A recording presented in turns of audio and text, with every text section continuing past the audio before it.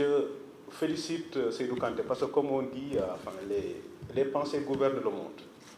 Les pensées gouvernent le monde parce que l'avantage absolu du Sénégal, c'est la qualité de la ressource humaine. Ça veut dire, avant le pétrole, la ressource humaine est plus importante que le pétrole et le gaz. Avant le pétrole et le gaz, il y avait la ressource humaine. Après le pétrole et le gaz, il y aura la ressource humaine. Et c'est pourquoi on parle d'exception sénégalaise. Et je pense que ça, c'est important que les Sénégalais se l'approprient. Faire la géopolitique du Sénégal, je remercie le docteur Seydou Kanté, parce que c'est excessivement important. Moi, quand il va parler de son livre, je lui dis que c'est une excellente initiative. C'est quoi la géopolitique? Faire le bilan de la géopolitique de Macky Sall en 12 ans. Et moi, je la réduis, ça c'est des formules de journalistes, je la réduis à 2 ponts et un voyage.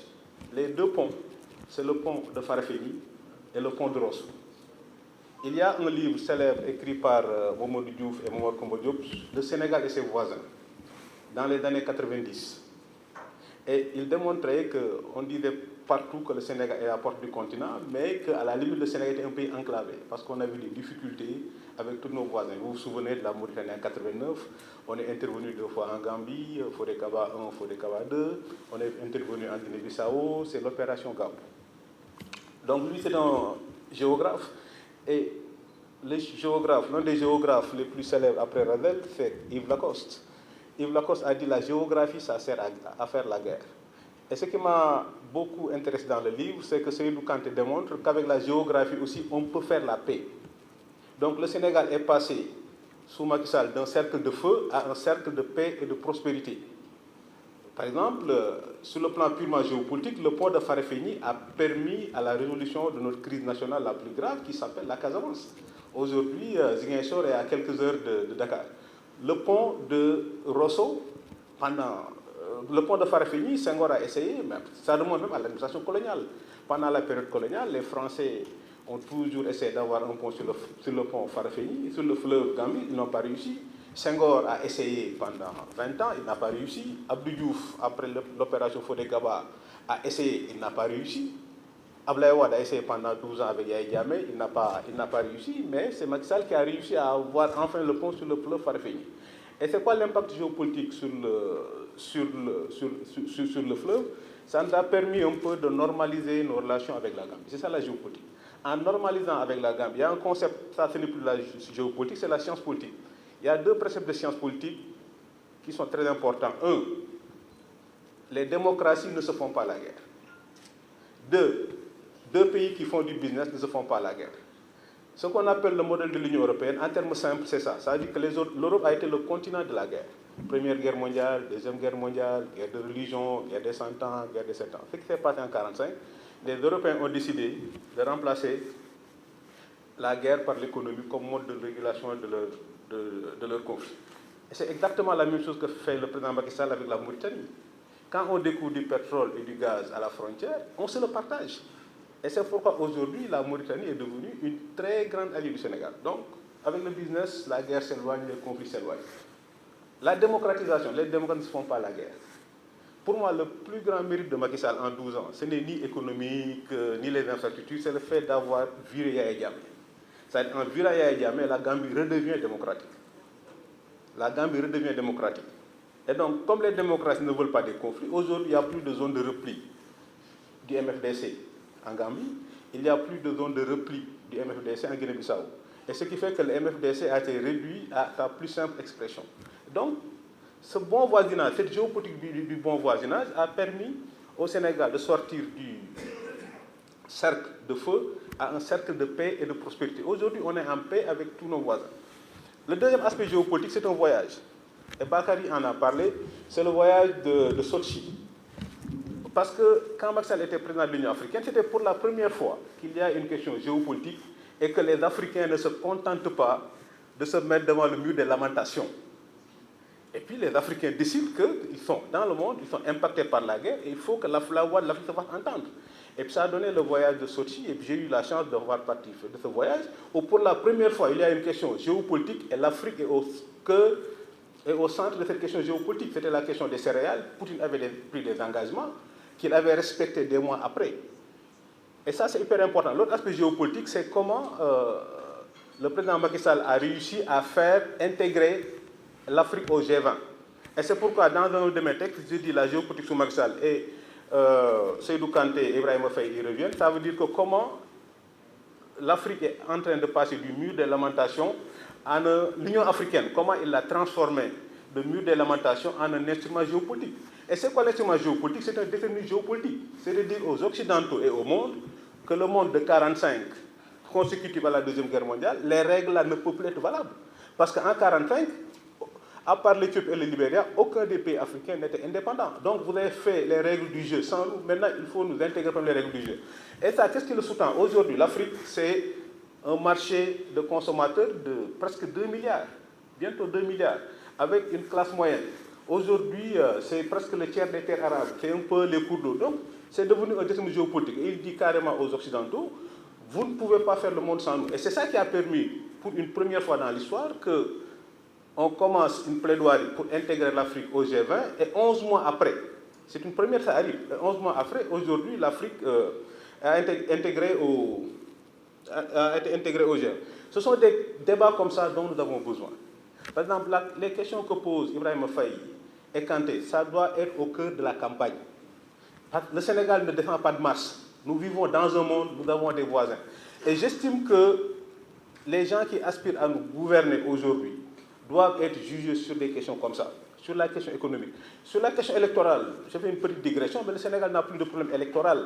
Parce que quand vous êtes dans un pays où l'opposition peut gagner la capitale, la société civile peut gagner Kaolack, les vrais débats, c'est ça. Aujourd'hui, les vrais débats pendant la campagne, ça doit être la question géopolitique. C'est aujourd'hui quoi la question géopolitique fondamentale?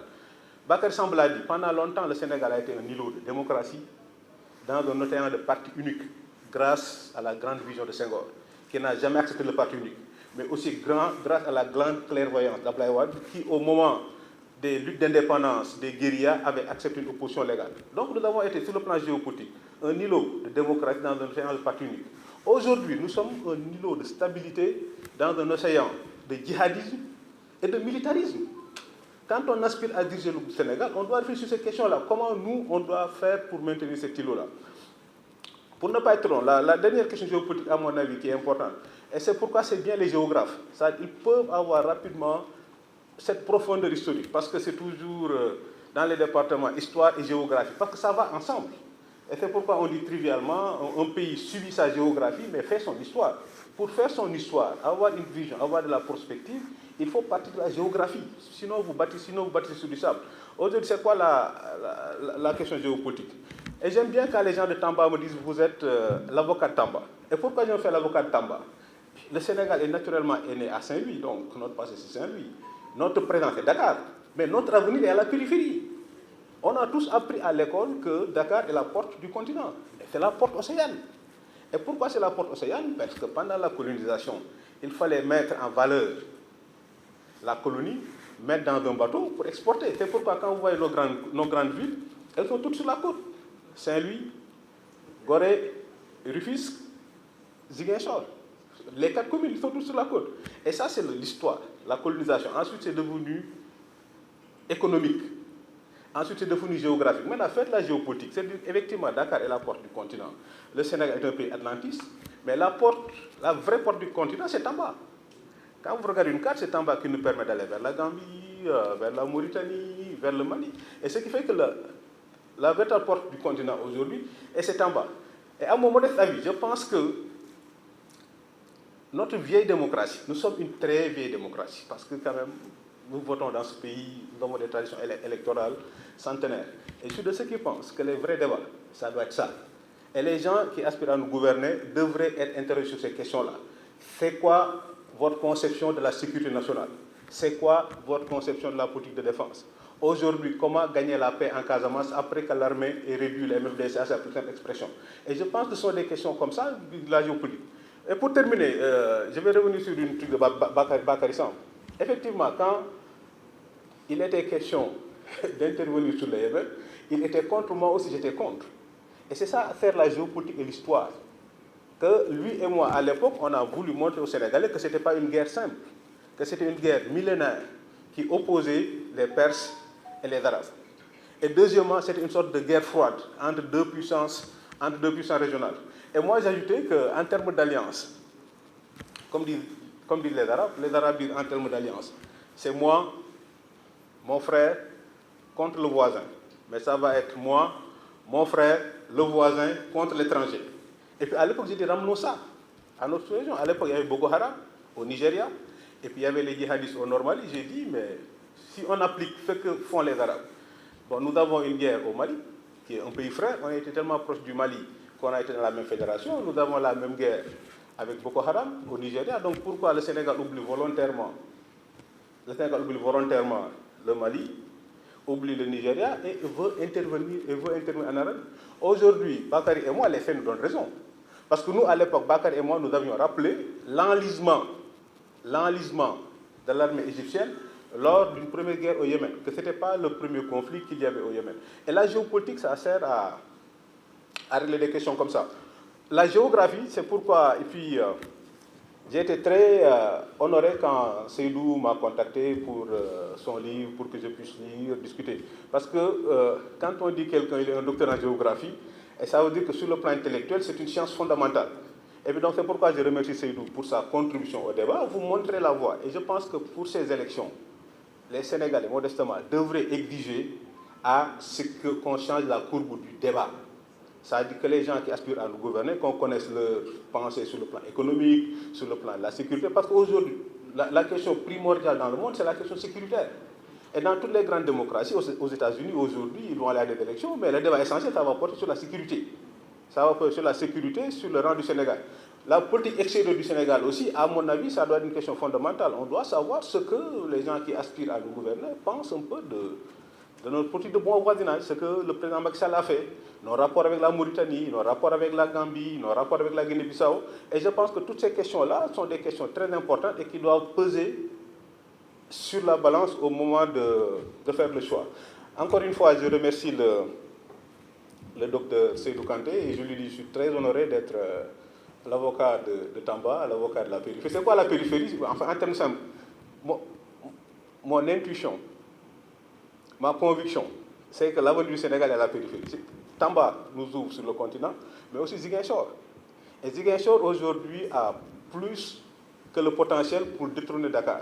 Regardez sur la carte du Sénégal. La seule région à avoir 2 aéroports et un port, ce n'est pas Dakar. Ce n'est pas Dakar, c'est Ziguinchor. Ziguinchor a 2 aéroports et un port.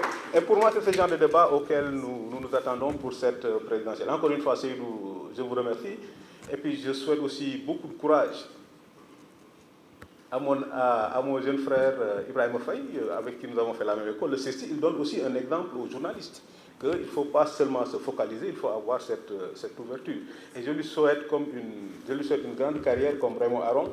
Et c'est là que je vais terminer. De Gaulle disait Raymond Aron était un journaliste chez les universitaires et un universitaire chez les journalistes. Donc Ibrahim, il faut que vous ayez aussi le même chemin, le même parcours. Pour Seydou Kanté, le parcours est déjà fait. Je vous remercie.